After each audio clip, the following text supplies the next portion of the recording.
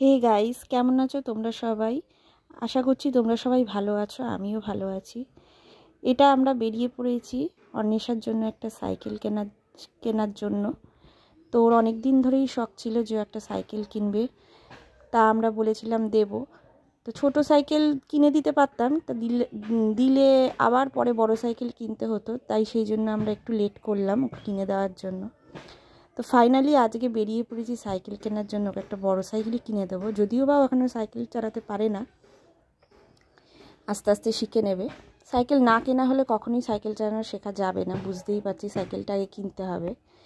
আর দেখতেই পাচ্ছ ও কত খুশি। ও এখনও কনফিউজ যে ও আদৌ সাইকেল কিনতে যাচ্ছে না যাচ্ছে না। বারবার খালি জিজ্ঞাসা করছে, ও মা আমরা কি যাবো সাইকেল কিনতে, আমরা কি সাইকেল কিনতে যাচ্ছি। সে যে কতবার জিজ্ঞাসা করছে সে আর বলার মতো না। দেখো আমরা স্টেশনে দাঁড়িয়ে আছি, অনেকক্ষণ এসছিলাম, ট্রেনটা আসতে অনেকটা লেট করেছে। তা দাঁড়িয়ে দাঁড়িয়ে ভীষণ রোদ উঠে গেছে, বাইরেও খুব গরম। তো আমরা যাব আজকে চাকদা থেকে সাইকেল কিনবো। তা 1 নম্বর প্ল্যাটফর্মে দাঁড়িয়ে আছি, ট্রেন আসলেই উঠে পড়বো, উঠে চাকদায় যাব। তারপর গিয়ে যেটাই পছন্দ হবে একটা কিনে নেব। তা দেখো বলতে বলতে ট্রেনও চলে এসছে। এবার আমরা ট্রেনে উঠে পড়ব। ট্রেনটায় প্রচণ্ড ভিড় ছিল, উঠতে একটু কষ্ট হয়েছিল। তা বলতে বলতে আমরা সাইকেলের দোকানে চলে এসেছি এবং সাইকেল দেখে পছন্দ করাও হয়ে গেছে, যেটার ভিডিও আমি নিতে পারিনি।